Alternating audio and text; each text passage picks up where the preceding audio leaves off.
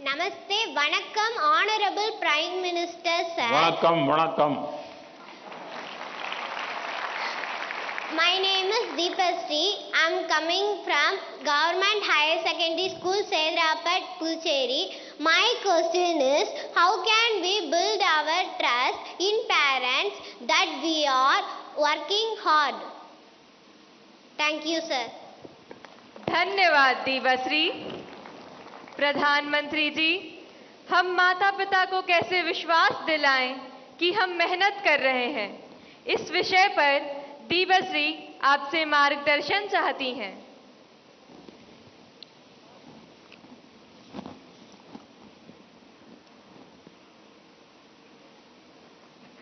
आपने सवाल पूछा है, लेकिन सवाल के पीछे दूसरा सवाल है आपके मन में, जो आप पूछ नहीं रही है। दूसरा सवाल यह है कि पूरे परिवार में मिसट्रस्ट है, ट्रस्ट डेफिसिट है,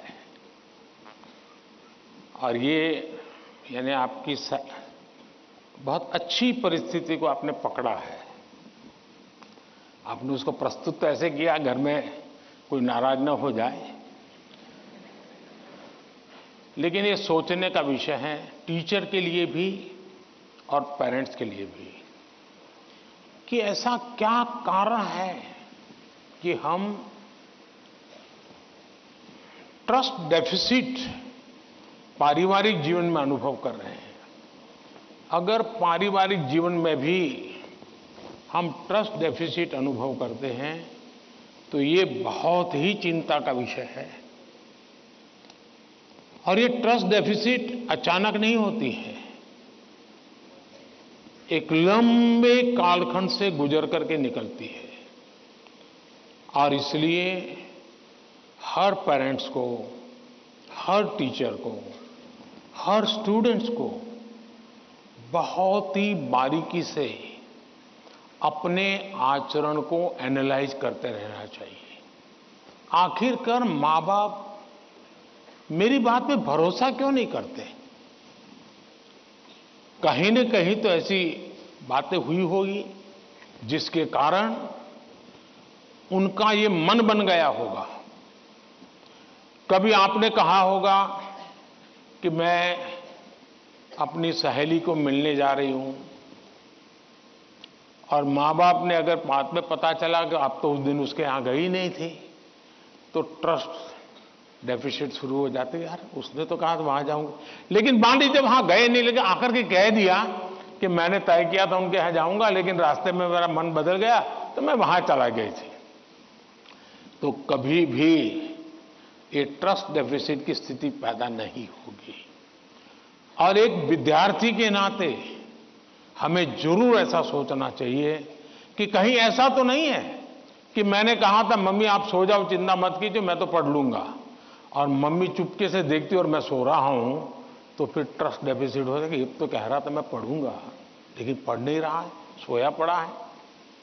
आप कहते थे कि मां मैं अब 1 सप्ताह तक मोबाइल को हाथ नहीं लगाऊंगा, लेकिन चुपके से दिख रहा है मां को घरे, तो फिर ट्रस्ट डेफिसिट पैदा हो जाती है। क्या आप जो कहते हैं उसको सचमुच में पालन करते हैं क्या? अगर आप पालन करते हैं तो मैं नहीं मानता हूं कि पेरेंट्स को या टीचर्स को इस प्रकार की ट्रस्ट डेफिसिट की स्थिति पैदा होगी, आपके प्रति अविश्वास का कारण बनेगा। उसी प्रकार से मां बाप को भी सोचना चाहिए। कुछ मां बाप को ऐसी आदत होती है, जैसे मान लीजिए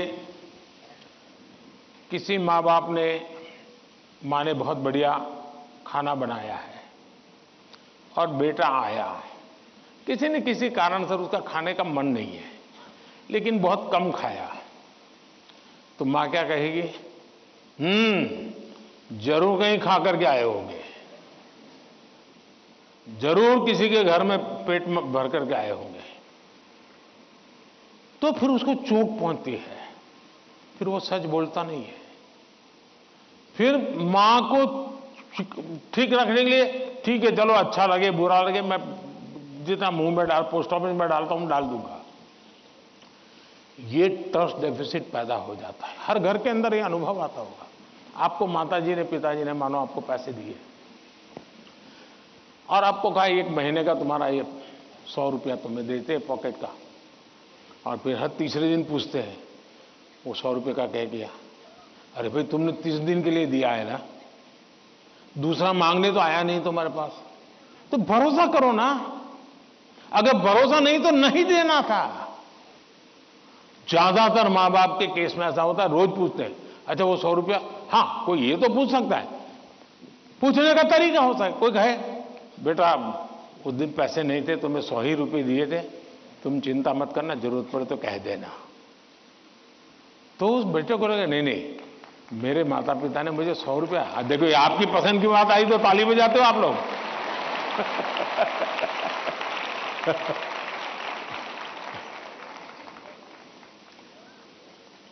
अगर वही सवाल ये पूछते 100 का क्या किया, इसके बजाय ये कहते तो बेटा कहेगा ना मां बिल्कुल नहीं, मेरे पास पैसे हैं, सफिशिएंट है।